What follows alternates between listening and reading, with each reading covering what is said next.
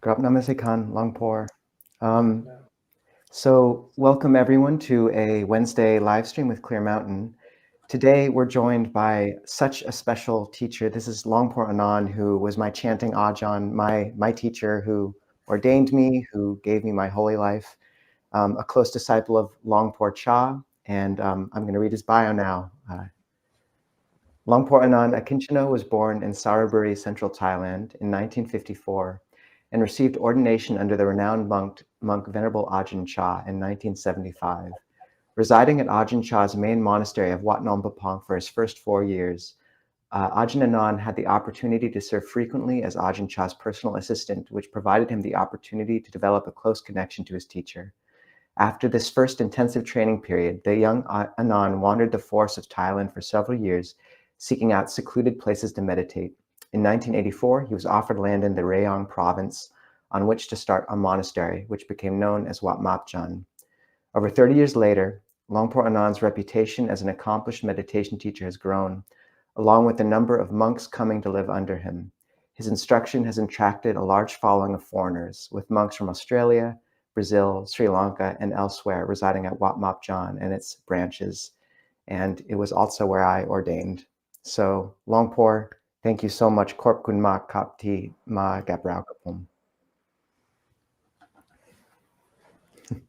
So we wanted to begin with a first question, and then we'll sort of open it up for others later on in the session. But Longpor, you spent years with Longpor Cha, and we wondered if you'd share some of the stories that really inspired you the most from being with Longpor Cha. What gave you faith in him, or are there any stories which most people don't know that really touched you from your time with him? ก็รู้ว่าหลวงพ่ออยู่กับหลวงปู่ชาก็หลายปีนะครับก็อยากจะขอหลวงพ่อกรุณาเล่าเรื่องที่อยู่กับหลวงปู่ชาแล้วก็เรื่องที่แบบหลวงพ่อได้กำลังใจมากที่สุดได้ศรัทธามากที่สุดหรืออาจจะเป็นเรื่องที่บุคคลไม่ค่อยได้รู้จักหรืออาจจะเป็นเรื่องที่หลวงพ่อรู้สึกมันเรื่องหลวงปู่ชาที่สำคัญที่สุดอาจารย์ขอได้ครับ นี่ก็เรื่องบูชาก็ด้านปัญญาเนาะปัญญาเริ่มต้นเนี่ยเอาความผูกพันก่อนความผูกพันเราต้องว่าจะมีความรักท่านเหมือนกับพ่อของเราวัดประพงเหมือนบ้านของเราเรามีความอบอุ่นที่อยู่กับท่านแล้วก็มีความเคารพท่านอย่างสูงสุดในจิตใจของเรานั้นในเบื้องต้นที่เป็นพื้นฐานที่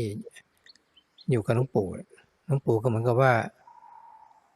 ขอเราจากโยมแม่ขอมาเป็นลูกท่านนี่นะเราก็รู้สึกว่าท่านเป็นพ่อเรามีความเคารพรักมากตายแทนท่านก็ได้อย่างเงี้ยนะความรู้สึกของเรานะนี่เมื่อเรียนรู้ในใกล้ท่านก็ด้านสติปัญญามาอยู่ใกล้กับหลวงปู่ชานี่เราก็ต้องภาวนาจิตไม่ให้คิดไปไหนเลยแต่บางครั้งก็มีโอกาสที่ดีได้ฉันกับหลวงปู่แค่2 องค์ได้นวดถวายท่านถึงตี 2เราต้องพุทโธตลอดนะได้นอนกันในห้องเดียวกันตู้รถไฟอย่างเงี้ยเราก็ต้องพุทโธตลอดนั่งกุฏิท่านก็ต้องพุทโธตลอดจนว่าพรรษา 4หลวงปู่ให้มาอยู่หน้ากุฏิท่านประมาณเดือนครึ่งเมื่อกุฏิท่านเราก็เดินยังกรมนั่งสมาธิท่านจะดูเราตลอดว่าวันหนึ่งเราทำอะไรบ้างอยู่ในสายตาท่านตลอดเวลาพอสมควรแล้วก็ท่านก็ให้เราไปอยู่ด้านในละ ในความประทับใจของท่านก็คือด้านปัญญาการสอนอารมณ์ที่เราติดอะไรท่านก็เหมือนกับมีความรู้ขึ้นมาก็จะสอนเราเรื่อยๆถ้ากับยกระดับจิตของเราไม่ให้เราหลงให้เราอยู่ในทางที่จะได้เห็นธรรมบรรลุธรรมจิตของเรามันออกไปนอกทางนั้นก็จะดึงจิตเรากลับเข้ามาให้ไปแนวทางที่ท่านพาเราสอนเราจนเราเข้าใจในทางนั้นอย่างชัดแจ้ง อันนี้เป็นสิ่งที่ประทับใจในคำสอนของท่าน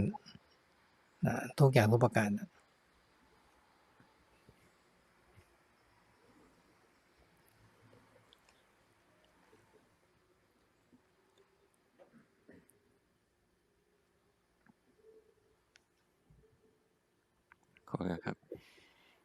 So to talk about stories of being with Venerable Ajahn Chah, firstly I think of his wisdom. And in the beginning, it started with this closeness or feeling of familiarity and closeness in the heart with him, having a lot of love for him, feeling like he was my father, loving him the same as if he were my own father, and feeling like Wat Nong Papong, his monastery, was my home. And so there's this feeling of warmth and closeness and familiarity there, and with Venerable Ajahn Chah. And then in addition to that, having the highest respect for him in my own heart. So this is the beginning, this is the foundation. And there was the occasion where Venerable Ajahn Chah requested from my mother that I become his child. And so I felt like Venerable Ajahn Chah was my father. I had a great amount of respect and love for him, and feeling like I would willingly die for him. That was the feeling in the heart. And being close to him, I was able to receive mindfulness and wisdom, and develop in mindfulness and wisdom. And whenever being close with Venerable Ajahn Chah, I was very intent on my meditation, or one had to be very firm in one's meditation word and one's meditation to have the mind not be thinking anywhere else. And sometimes it'd be a very good opportunity just being just me and him, just the two of us monks, and sometimes massaging him until 2 a.m. or sleeping in the same room or being in his kuti, his dwelling. And whether massaging him or being in the same room, I would repeat Buddho all the time, or one had to repeat Buddho all the time. And then in my 4th Rains retreat as a monk, Venerable Ajahn Chah asked me to stay in front of his kuti for 1.5 months to see what I did with my time, to observe me doing sitting and walking meditation. So I was always in his gaze, in his view. Then after that period, then I went deeper into the monastery. So in terms of feeling inspired or impressed, it was his wisdom and his teachings.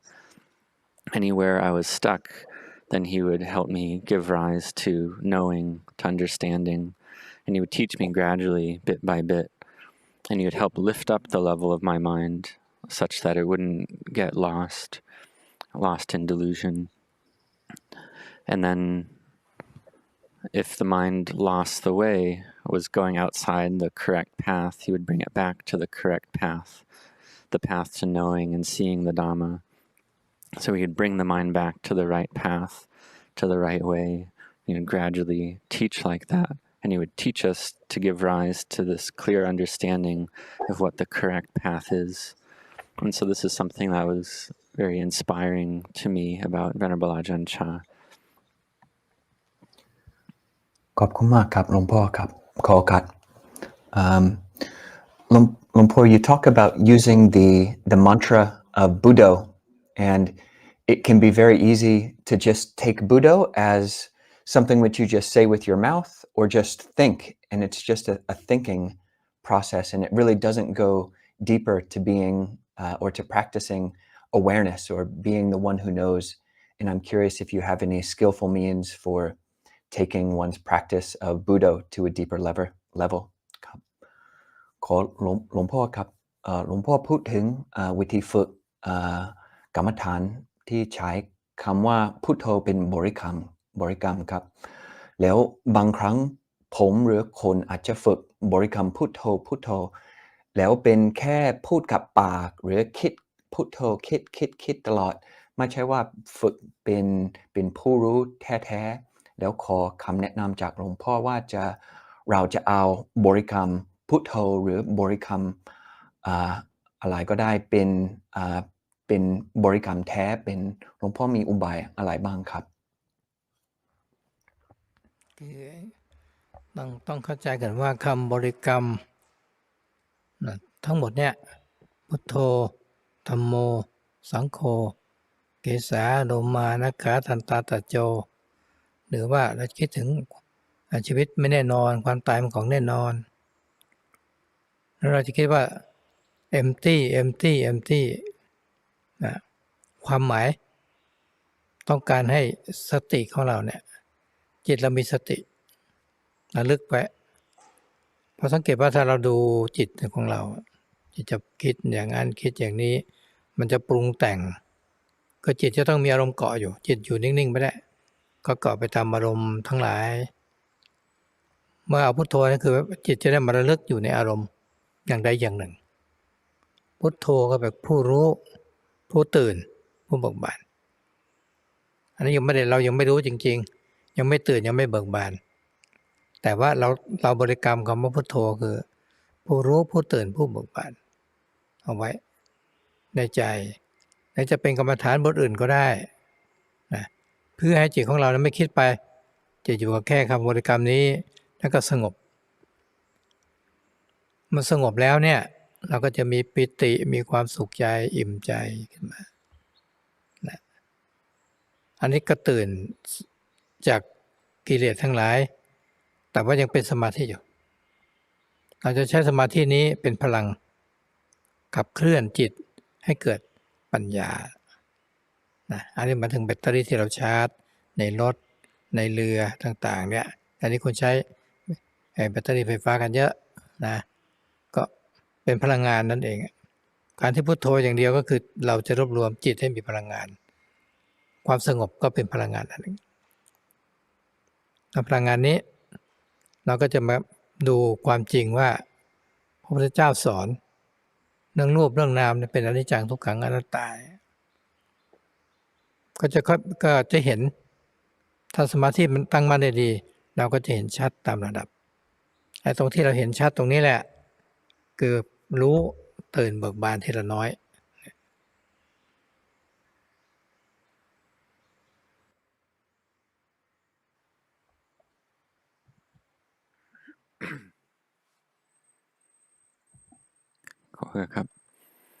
So firstly, we understand that all these meditation mantras, these meditation words like Buddho, Dhammo, Sangho, or Kesa, Loma, Naka, Danta, Tacho, which means hair of the head and hair of the body, nails, teeth, and skin, or thinking that life is uncertain, death is for sure, or thinking empty, empty. So the meaning of all this is that we need to have mindfulness in our hearts and minds. So we recollect these objects and we observe our own hearts and minds, that the mind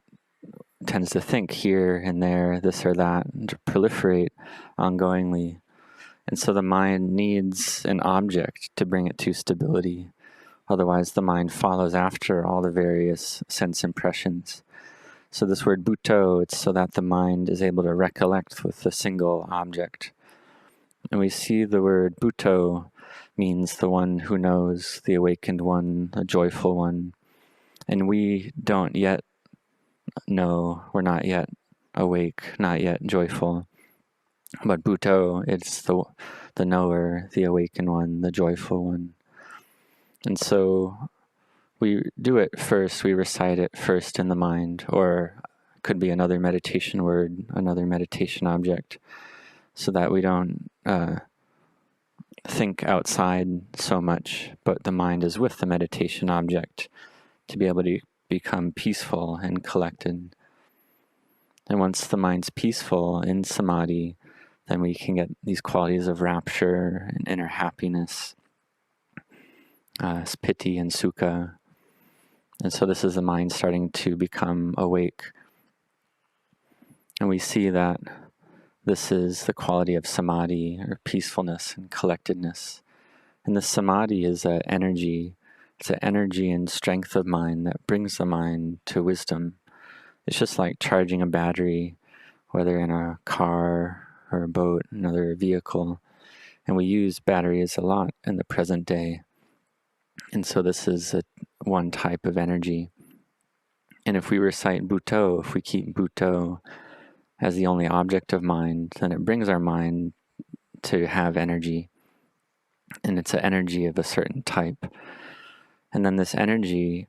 we use this energy in order to see the truth, to see what the Buddha taught, teaching about materiality and mentality, rupa and nama, as impermanent, stressful, and not self. And we see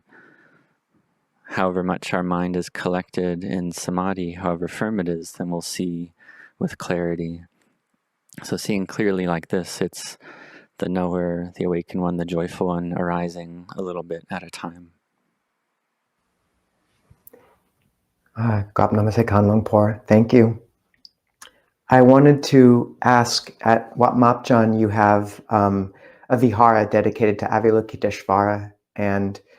often you'll speak about the Bodhisattvas, Guanyin, and these beings that we don't talk about a lot in the Theravada. How do these beings fit into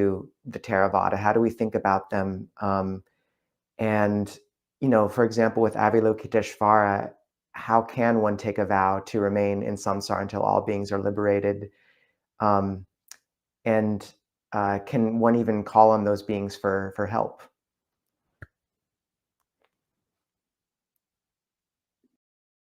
คำถามนี้มี3 ประการนะครับ คือขอถามว่าที่วัดมัปจันนี้ก็มีวิหารพระโพธิสัตว์นะครับ วิหารพระอวโลกิเตศวรแล้วก็ในเทรวาทไม่ค่อยได้พูดถึงพระโพธิสัตว์ไม่ค่อยได้พูดถึงเจ้าแม่กวนอิมหรือพระโพธิสัตว์แบบนั้น แต่อยากจะถามว่าแบบพระโพธิสัตว์แบบนี้มันจะเทรวาทมันจะเข้าใจพระโพธิสัตว์ยังไงหรือจะเป็นยังไงแล้วก็ข้อที่ 2คือพระอวโลอธิษฐานว่าถ้ามีสัตว์อยู่ในวัฏสงสารตัวเองจะไม่เข้าพระนิพพานแล้วก็มันจะอธิษฐานอย่างนั้นได้ยังไงแล้วก็ที่ 3คือจะคนพวกเรามันจะอธิษฐานจิตขอบารมีพระโพธิสัตว์มาช่วยเราได้ไหมครับเราจะทำยังไงด้วยครับในเบื้องต้นนี่แหละทุกอย่างก็เป็นเรื่องของสมมติไงสมมติพระพุทธเจ้าก็เป็นหนึ่งเดียวเมื่อท่านเผยแผ่ไปแล้วก็จะมีแยกออกมาเป็นมหายานแยกมาเป็นเถรวาทมนกตัวหนึ่งมี2 ปีกนะมหายานก็ปรับเปลี่ยนข้อวินัยบางอย่างเพื่อการนำพุทธศาสนาไปเผยแผ่ในต่างแดนซึ่งเถรวาทมีข้อจำกัดในการอยู่ในข้อวัดปฏิบัติพระวินัยแท้ๆการเผยแผ่ออกไปสู่โลกกว้างก็ทำได้ยากกว่ามหายานก็จะเน้นถึงความเมตตากรุณาเป็นพื้นฐานหลักแล้วก็การปฏิบัติสมาธิแต่พอในเรื่องของอริยสัจ 4นี่เขาอาจจะไม่ค่อยได้มีสอนเท่าไหร่เป็นความเด่นแต่ละด้านของมหายานเถรวาทนี่ก็แตกต่างกันมันก็เคยมีว่าทางภิกษุณี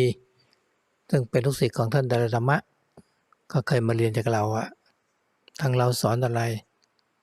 เราสอนอริยสัจ 4อย่างไรนะก็มาเรียนเพื่อไปปรับปรุงเพิ่มหลักสูตรในมหายานก็มีเห็นไหมเนี่ยก็เป็นการเรียนรู้ของมหายานนั่นเองคราวนี้เข้ามาถึงมหายานแล้วก็บรมโพธิสัตว์ทุกพระองค์พระสัมมาสัมพุทธเจ้าของเรานี่เป็นบรมโพธิสัตว์มาก่อนต้องเจริญเมตตาเจริญภาวนานะบารมีเต็มมานั่นเององค์บรมโพธิสัตว์ไม่ใช่เฉพาะพระบรมกิตติสวรทุกพระองค์แม้ในฝ่ายของเถรวาทก็มีบรมโพธิสัตว์เหมือนกันที่สร้างบารมีแต่อยู่ในฝ่ายเถรวาทนี่แหละแต่ก็ปรารถนาพุทธภูมิเหมือนกันนะเป็นพระโพธิสัตว์ก็หลายพระองค์แต่ก็ไม่ได้เปิดตัวว่าตัวเอง อยากจะเป็นพระพุทธเจ้านะท่านก็สร้างบารมีไปอย่างนี้พอถึงตรงนี้แล้วเห็นว่าจะไม่ได้มีแบ่งแยกกันระหว่างเถรวาทหรือว่ามหายานจุดมุ่งหมายก็คือไปสู่พระนิพพานด้วยกันพอมาถึงพระอวโลกิเตศวรนี่คือปรารถนาจะช่วยสัตว์คือมีเมตตากรุณาเป็นปณิธานของบรมโพธิสัตว์แต่ละพระองค์บางองค์ก็จะช่วยคนพ้นจากนรกบางก็จะปรารถนาเมตตาสัตว์ถ้ายังมีทุกข์อยู่ก็ยังไม่เข้าตรัสรู้อันนี้เป็นปณิธานที่แน่วแน่ที่เราทราบกันมาถามว่ามันจะเป็นไปได้ยังไงไหมนะอันนี้ก็อยู่ที่กำลังบารมีของพระองค์ที่พระองค์ทำมาเราไม่สามารถอย่างรู้ได้จริงๆว่าจะเป็นอย่างนั้นได้ไหมเนี่ยแต่การในปัจจุบันก็คือความเมตตากรุณาเพราะฉะนั้นเมื่อถึงจุดหนึ่งเนี่ยภาวนาไปแล้วเนี่ยจริงๆแล้วพอถึงความว่างเข้ามาที่บริสุทธิ์นะความว่างถึงบริสุทธิ์แล้วเนี่ยก็จะไม่มีทุกอย่างทุกสิ่งทุกอย่างก็จะไม่มีเป็นความว่างไปหมดพอถึงตรงนี้พระบรมกิตติสุวรรณพระโกนีเมื่อนี้เป็นที่เราได้เห็นตามสมมุติขึ้นมาพอเป็นสูงขึ้นไปมันก็เป็นความว่างเข้าไปอีกความว่างอย่างหนึ่งก็คือความว่างจากบริสุทธิ์ไปเลยความว่างอันนี้ก็คือเกือบที่จะบริสุทธิ์อยู่แล้วแต่ว่าเหลือไว้นิดนึงที่จะเมตตากรุณาต่อสรรพสัตว์เท่านั้นเองมาถึงพร้อมก็จะว่างทั้งหมดถามว่าเราจะได้รับพลังได้ไหมคือเมื่อเราระลึกถึงในพลังงานที่บริสุทธิ์ที่มีอยู่แล้วพลังงานของพระพุทธเจ้าพลังงานของบรมศาสดาที่สร้างบารมีมาแล้ว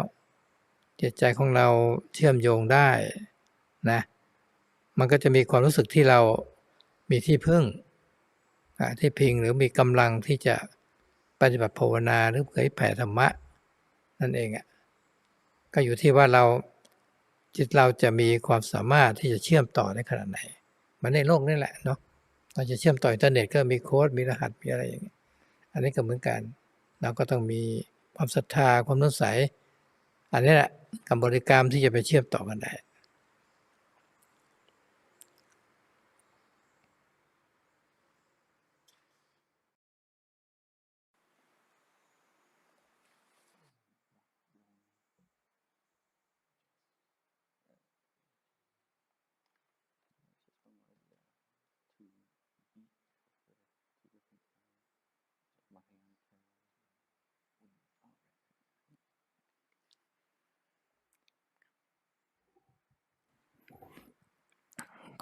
ครับ So we see firstly that all this or everything, it's all samuti, convention. It's all about convention. Because the Buddha is one thing, it's a unity. But then we spread it out, we separate it out into Mahayana and Theravada, like the two wings of a bird. And we see that the Mahayana tradition changed or adjusted some of the Vinaya, the monastic rules, so that it was easier to spread the Buddha's teachings, the Bodhisattvas, to other places. In terms of the Theravada tradition, they have this adherence to more strict or traditional monastic code, and it makes it more difficult to spread the Bodhisattva. In terms of the Mahayana, it tends to emphasize loving kindness and compassion, metta and garana, as an important foundation, and to practice to bring the mind to collectedness, and then teaching less about the Four Noble Truths, or not so much about the Four Noble Truths. So we see there's a different emphasis between Theravada and Mahayana. There was one occasion in the past where a bhikkhuni, disciple of His Holiness the Dalai Lama, came to study with me and to learn how I taught the Four Noble Truths. And this was related in order to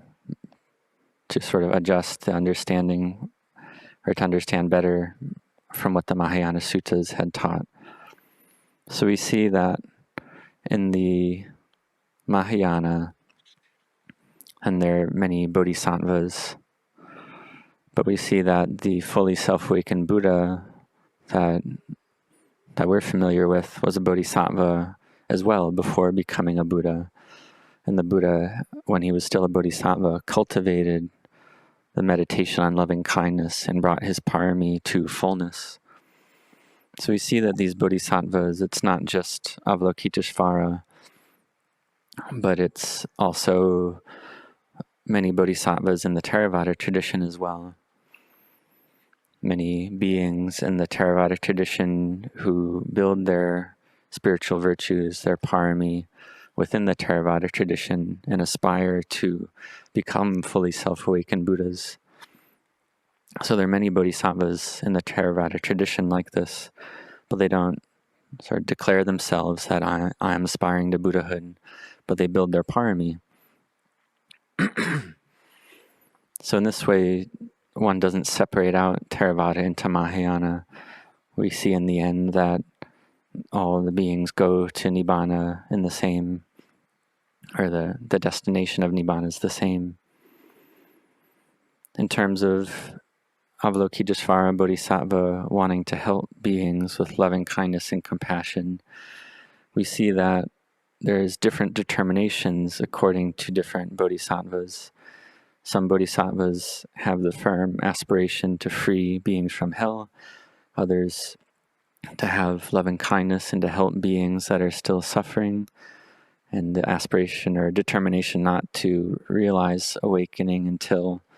those beings are freed from suffering. And so there's various determinations like this. And so how does one make such a determination? Well, this is up to the strength of the parami of the bodhisattva. But this is something that we're not able to know about how this can be, because it's such a great amount of parami. So we take a look at the present and we practice to know the qualities of loving kindness and compassion, to bring the mind to one point, and we meditate on this, we cultivate the mind. In doing this, then emptiness can arise, this emptiness that's pure, a pure emptiness, where there's nothing there. There's not having anything. There's nothing there at all. It's an emptiness. And so we see that the Avalokiteshvara Bodhisattva, it's not what we see on the conventional level, but it's higher. As we go higher and higher, then it's this pure emptiness, this utterly pure emptiness. We take a look at this and we see it's an emptiness that's pure, and it's close to ultimate purity, but there's just a little bit left, this loving kindness and compassion for all beings. But it's a mind that's ready to experience, or mind ready to enter full emptiness. And so to ask, well, can we receive the energy or the blessings? So when we recollect the bodhisattvas, recollect these beings, it's an energy of purity that's already there. It's the energy of the bodhisattvas or Buddhas, and the Buddhas that have already attained the self-awakening, and the bodhisattvas that have built a great amount of parami already. And so our minds are able to connect with that. And then we can get this feeling in the heart that we have a refuge, we have something to lean on. And so this is this energy, this energy that we can connect with, so that we can use that energy in our meditation practice and in the spreading of Dhamma as well. And so it's up to our own minds to what level we're able to connect. And it's similar to the present day in terms of connecting using modern technology. Connecting in the world, one needs to have the internet and electricity and passwords and so on to be able to connect. So we have this quality of faith or inspiration, belief, and then we're able to connect with the the power of that parami, we're able to connect with that.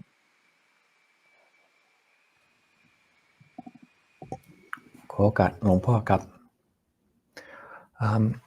I have a question. If practice is like a dimmer switch, or if it's like an on and off switch, electrical switch. When you were talking about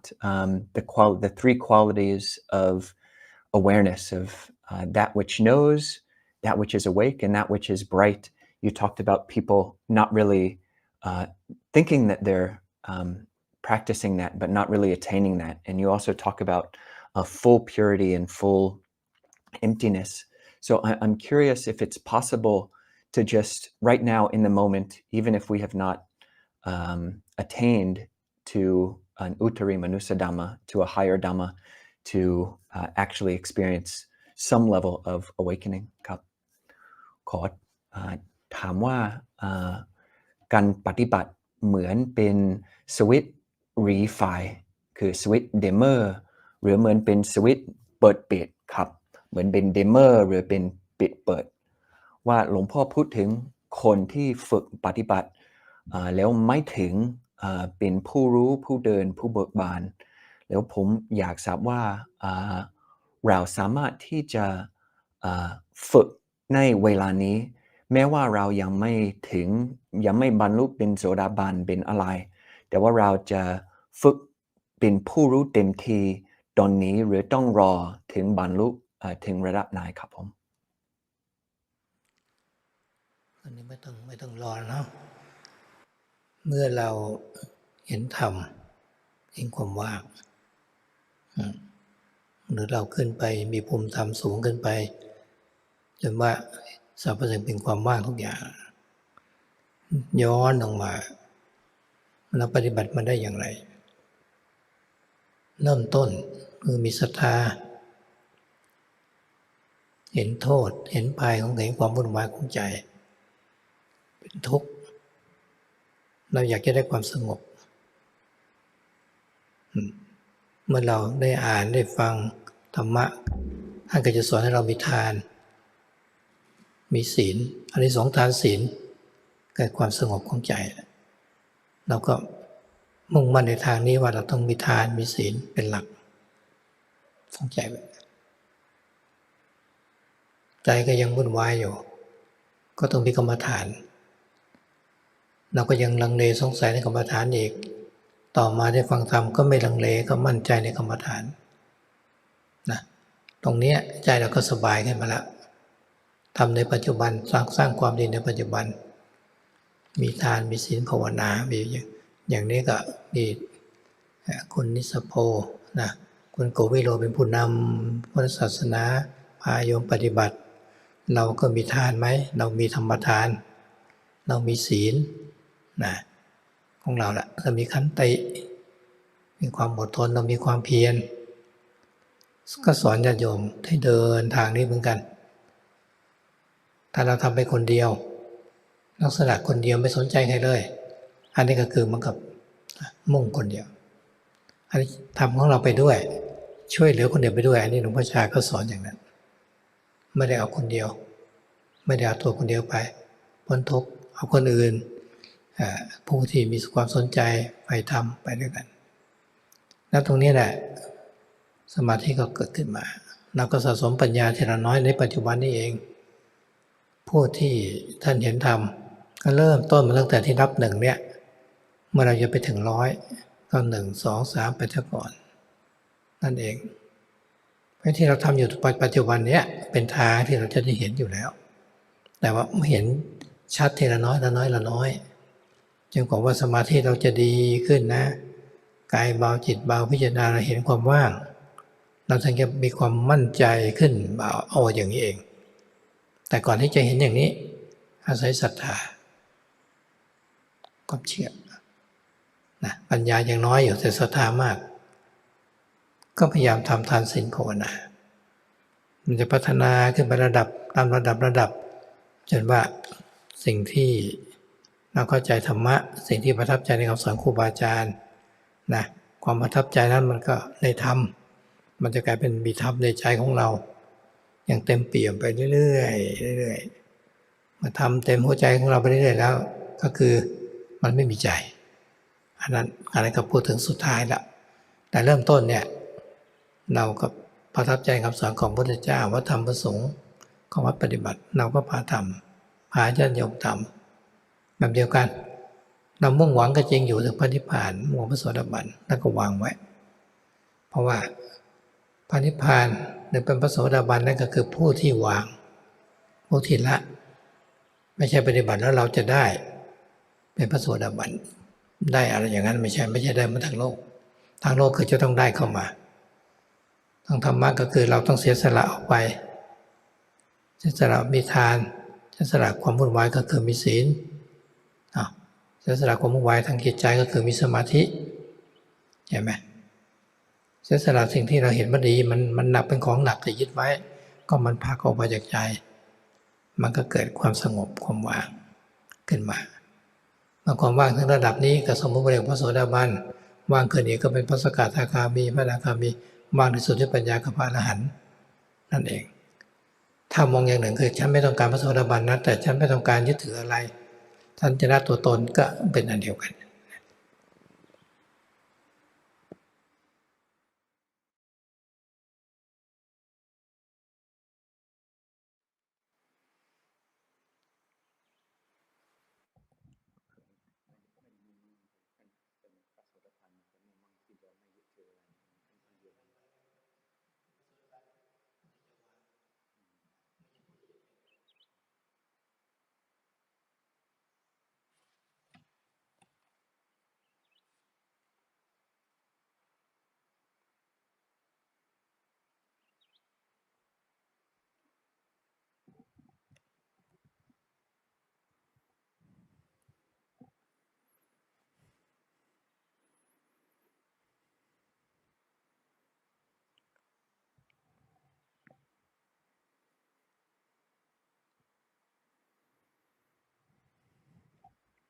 ครับ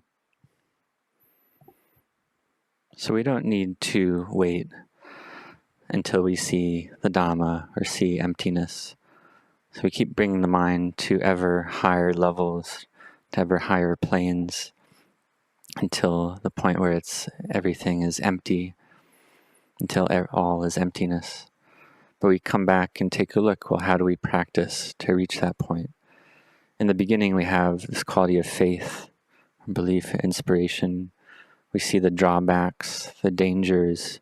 in the mind that's chaotic and troubled, that has suffering. We want the mind that's peaceful and collected. And so we read the Dhamma, listen to the Dhamma, which teaches to have generosity and virtue. And so we practice, and we see the benefits of generosity and virtue as a mind that's peaceful. So we strive on this path. We strive to have generosity and virtue as that's of primary importance. But doing that, the mind's still agitated and troubled. So we need a meditation object. In the beginning, we still doubt the meditation object. Then we come to listen to the Dhamma, and then our doubts are dispelled. We become confident in the meditation object, and the mind gives rise to ease. And so we do this in the present. This is merit and goodness that we do in the present. We practice generosity, virtue, meditation, just like Venerables Koilo and Nisapo. You have brought the Buddhist teachings, the Bodhisattvas, to practice in your own minds, practicing generosity by giving the Dhamma, practicing virtue, having patient endurance, having effort and perseverance, and then you teach the lay community to walk along the same path as well. And then there's another way people practice, which is not being interested in others, but just striving alone, practicing alone, helping oneself to become free from suffering. But you're practicing yourself and helping others as well. And this is the way Venerable Ajahn Chah taught. Venerable Ajahn Chah taught like this, not just to bring oneself to the end of suffering, but when others are interested, then help them as well. And so in this way you go together. So you bring the mind to samadhi, to collectedness, and then in this way wisdom arises in the present bit by bit. One sees the Dhamma, but it's not that, and one starts at, we could say, level 1. It's not to the level of 100 yet. One hasn't reached 100, but one goes from 1 to 2 to 3 to 4. So this is what you're doing. And this is the path you keep going on to reach the point of seeing clearly. And so you see bit by bit, gradually, samadhi, collectedness arises more and more. The body and mind feel light and contemplate to see emptiness. And so it's like this. So before we see it for ourselves, then we rely on this quality of faith and belief. At that point in the beginning, our wisdom is not very much. So we rely on the quality of faith until the point where we can practice to gain wisdom for ourselves. And so therefore we have effort in our practice of generosity, virtue, and meditation to develop to ever higher levels, to develop the mind to the point of understanding the Dhamma. We have this inspiration and faith arise. We have this inspiration in the teachings of the great masters, the Ajahns, inspiration in the Dhamma. And in this way, the Dhamma becomes closer to our hearts. And so our hearts change bit by bit, a little bit at a time, until the Dhamma starts to become full. The Dhamma becomes full in the heart, until the point where there's no heart left, there's no mind left. That's the very end of the path. But in the beginning, we start with this inspiration and the Buddha Dhamma Sangha and the practices and way of training. And so we practice ourselves, and you help the lay community as well, and you practice together. So you strive and you practice. And in terms of realizing stream entry, so we see that stream entry isn't something that you gain, it's something that you put down,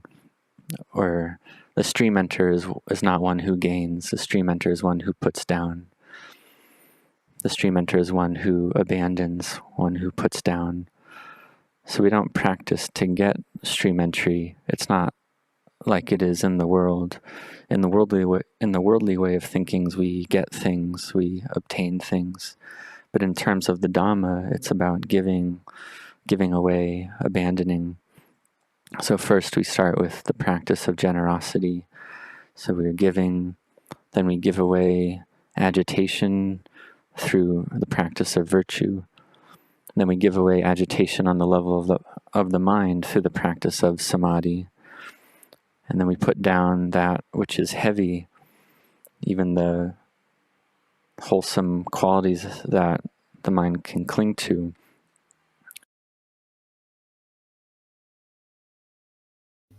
Uh-oh. I think Lumpur. Let's see if they come back. There he is. Okay, he's back. Oh, was it cut out for a bit? Just briefly, we heard most of what you said, I think, actually, just until about 5 seconds ago, so all is well. Okay. Just a little bit left. Okay, please. Okay. So I'll just rewind just a couple seconds, just in case. So we give away the agitation on the level of body and speech by practicing virtue. We give away the agitation on the level of the mind through samadhi. And then we give away even clinging to goodness, which is heavy. In this way, the samadhi and emptiness arise. And so the mind's empty like this. One can realize stream entry. And then even more empty is the once returner, even more empty non-returner, and then arahantship, a full awakening. And so we strive in this way And it's not that we want to get stream entry, but we see that if there's a practitioner and they don't want to realize stream entry, they just don't want to cling to anything. They just want to abandon clinging, then that's the same thing. Thank you, Longpor. Oh. ใช้ปัญญาอบรมจิตอะไรเกิดขึ้นในจิตก็บอกไม่แน่ไม่เที่ยงไม่แน่ไม่เที่ยงเลยปล่อยวางเลยเกิดปัญญาบางทีสมาธิมีเล็กน้อยก็สอนจิตเลยให้เกิดปัญญาเป็นปัญญาอบรมจิตให้เกิดสมาธิ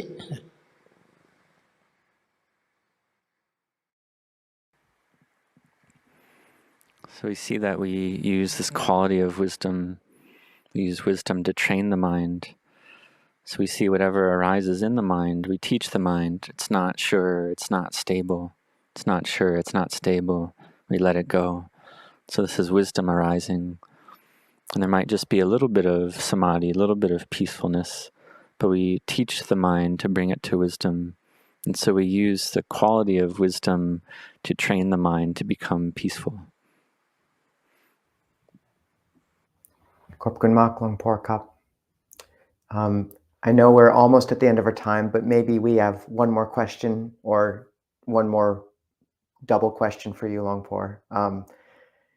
if that's all right. Okay. And for those who want to join Zoom, you can in the background, but we'll just be on here for a little longer.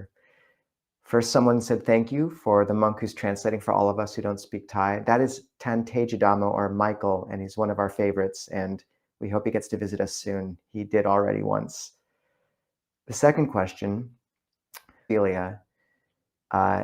many thanks for being here. What was the biggest hindrance you had to work with in your monastic life and how you passed it?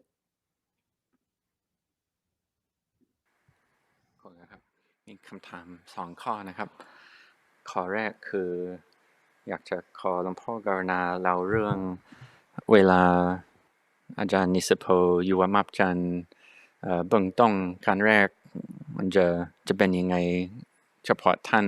านไม่รู้ภาษาไทยก็มันเป็นยังไงบ้างมีเรื่องอะไรไหมครับแล้วก็ที่2คือของหลวงพ่อเวลาเริ่มปฏิบัตินิวรณ์หลักนิวรณ์ที่ลำบากที่สุดเป็นยังไงนะครับอย่างนี้ซึ่งทุกรูปทุกท่านนั่นแหละการปฏิบัติที่เป็นอุปสรรคอย่างของอาจารย์ความสงสัยเป็นอุปสรรคมากในที่อยากจะต้องการจิตที่สูงขึ้นไปเนี่ยมันจะสงสัยกลัวจะหลงทางกลัวจะผิดทางแม้ได้ยินคำสอนครูบาอาจารย์แล้วก็หายสงสัยแต่พอสมาธิมันน้อยลงไปความสงสัยกลับมาอีกพอผ่านความสงสัยมาได้เนี่ยมันก็ตั้งหลักได้ดีขึ้นก็เก่าเมื่อก่อนคือความสงสัยอยู่ก็ทำให้เราล้มไปเราก็ตั้งมาใหม่อีกก็สู้กันอยู่อย่างนี้อันนี้วันที่มันเป็นปัญหาในตัวหลักๆมันสั่งความฟุ้งซ่านมันก็มีแต่มันก็ไม่ได้กวนใจมากเพราะทำสมาธิมันก็เป็นไปได้แต่จากความสงสัยนี่แหละมันมาแล้วเราเวียนหัวมากตัวที่มันจะ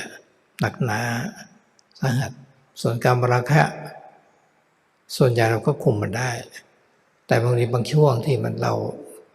เอาชนะกิเลสกดกิเลสไว้เช่นเราไปอยู่ในป่าเป็นเดือนๆจิตใจเราสงบมากนิ่งมากนะมีปัญญามากเมื่อเราออกจากป่ามาแล้วกำลังของมรรคมันอ่อนลงกำลังกิเลสก็เข้ามาโจมตีแต่เมื่อเรามีสติพิจารณาก็เอาชนะข้ามมันได้เห็นอะไรก็เป็นอสุภะหมดแล้วก็ข้าม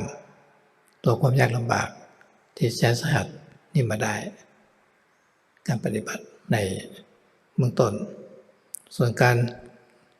นิวรณ์การง่วงเหงาหอนอนในการภาวนาเนี่ยไม่เคยมีแม้ว่าจะตื่นตั้งแต่ตีสามสติมันต่อเนื่อง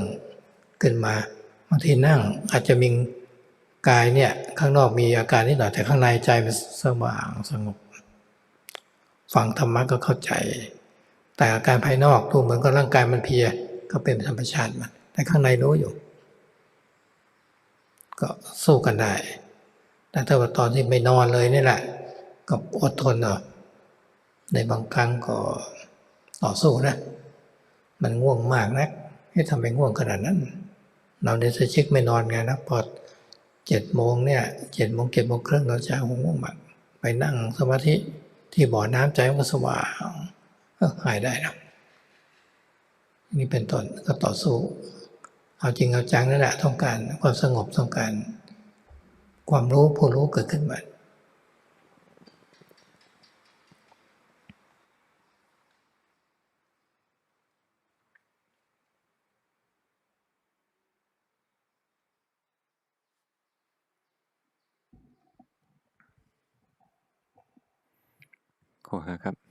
qualities. And so in terms of hindrances or obstacles, so every monk has these kind of obstacles. Like for myself, having doubt, this was a great obstacle for me in the beginning. Wanting the mind to be higher, to be better,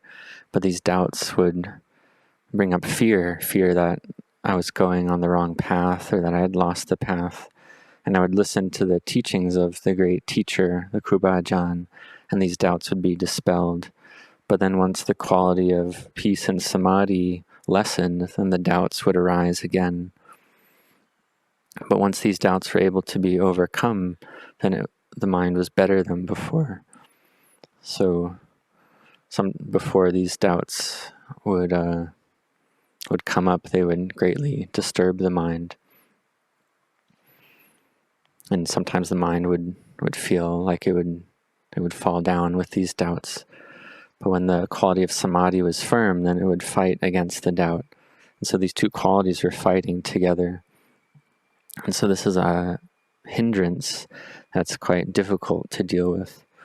And there was some busyness or distractedness of mind, but not too much, as I was able to make my mind peaceful. But these doubts would really make my mind spin around and get dizzy. They were quite thick or firm, these doubts. And then in terms of sensual craving or lust, I was able to keep that under control. Sometimes I would go into the forest, the mind would become very still and peaceful. There'd be a lot of wisdom in the mind. But then after exiting that forest, the qualities of the noble path would become weaker and the kilesas would become stronger.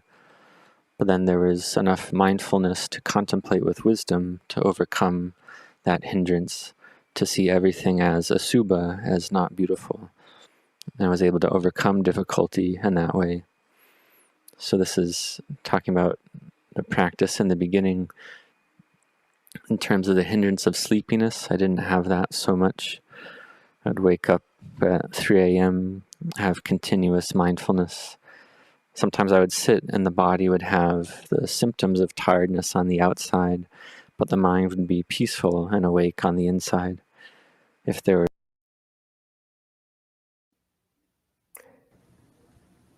And I think we'll get Longpo back in a second.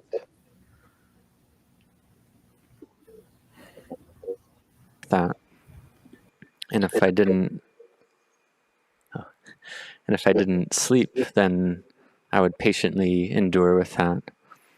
And sometimes after not sleeping, I'd be very sleepy, and I would think, oh, why am I so sleepy like this? After staying up all night at 7 a.m., it'd be a great deal of sleepiness. But then sitting by the pond, then the mind could become very bright and radiant, and I saw that sleepiness could be dispelled. So in the beginning, one has this quality of fighting with these hindrances with sincerity, wanting the quality of peace and samadhi, wanting to give rise to knowing, so that the one who knows can arise in the mind. Thank you, Longpo, Khopkun Makap. And to clarify, that wasn't my own question about myself. That was an audience. So Longpo, we're going to let you go now. We know it's your morning. It's your 70th birthday in about 2 days, I believe. And just we're so grateful for your teaching, Longpo, for all you've given me. And we would love it if you came and visited us at any time, Longpo, maybe when we actually have a building for you. But do you have any sort of final words for our community, Longpo, or blessing? ครับก็รู้อยู่อีกประมาณ2 วันจะเป็นวันเกิดหลวงพ่อครบ70แล้วรู้สึกกตัญญูตามากแห่งหลวงพ่อแล้วก็หลวงพ่อให้อะไรมากมายเฉพาะตัวเองแล้วก็รู้สึกยินดีต้อนรับอย่างยิ่งใหญ่ที่หลวงพ่อจะมาเยี่ยมพวกเราแต่เราอาจจะต้องสร้างดึกสักอันหนึ่งก่อนนะครับ แล้วเขาถามแบบหลวงพ่อมีอยากจะพูดอะไรสุดท้ายแก่พวกท่านไหมครับ ก็ขออนุโมทนาเนาะที่พวกเราเป็นสละละเป็นพระในเสียสละมากที่สุดทีเดียวถ้าไม่มีพระเจ้าประสงค์เสียสละความสุขส่วนตัวแล้วก็มาบวชนะอันนี้เป็นบุคลากรที่สำคัญศาสนาบุคคลนำศาสนธรรมไปเผยแผ่ปฏิบัติกับศาสนธรรมกับเราด้วยมากน้อยก็เผยแผ่ศาสนธรรมคำสอนแก่บุคคลผู้มีศรัทธาอันนี้จะเป็นงานที่ยิ่งใหญ่นะของการเผยแผ่ธรรมะศาสนาจะตั้งอยู่ได้ก็แต่พระเจ้าโศกนำธรรมะไปประเทศศรีลังกาประเทศไทยแล้วทางฝั่งมหายานก็ขึ้นไปทางเหนือที่เบตประเทศจีนญี่ปุ่นเกาหลีนี่เป็นต้นเนี่ยถึงกระจายไปถึงทั่วโลกก็เพราะว่านำธรรมะไปเผยแผ่พวกเราทั้งสองท่านอิสโปโกบิโลก็นำธรรมะไปเผยแผ่นับว่าทำประโยชน์อย่างยิ่งใหญ่ก็อานิสงส์นี้ขอให้เราได้สำเร็จทุกประการในการสร้างวัดก็ตามไม่แม้จะมีอุปสรรคก็ให้มันน้อยไปหมดไปขอให้ทำสำเร็จทุกสิ่งทุกประการนะปฏิบัติกับตัวเราเองด้วยการเผยแผ่การสร้างศาสนวัตถุด้วยนะทุกสิ่งทุกอย่างทุกประการ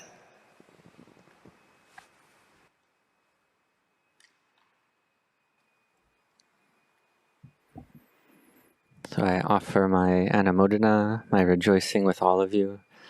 seeing that for the monastics you've given a great deal, you've given up to the highest degree, to the most. If there's no monastic, then this wouldn't arise. So we see that the monastic, you've given up your own happiness or pleasure, you've sacrificed in order to ordain. And this is something of great importance. This is what we call the people of the Bodhisattvas that then go to spread the teachings, to spread the Dhamma to the faithful laity, to everyone else, to spread the teachings of the Buddha to those with faith. And this is the best kind of work, the highest kind of work, the spreading of the Dhamma,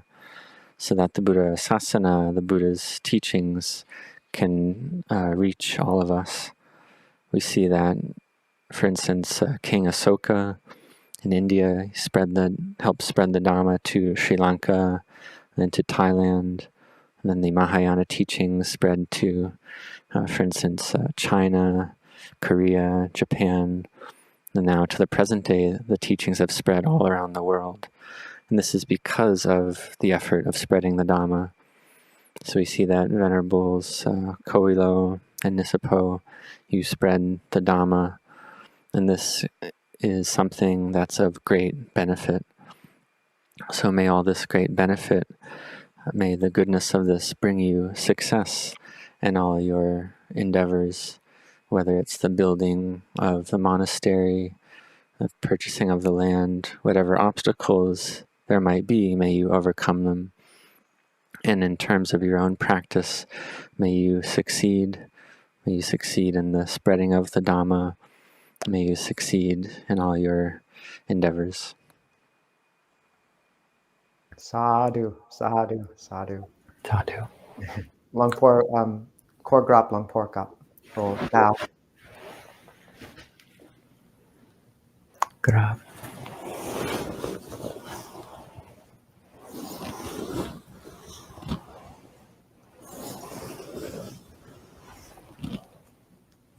Happy birthday ลองพัวครับ ขอบคุณมากครับ ขอบคุณเมตตาหลวงพ่อครับ thank you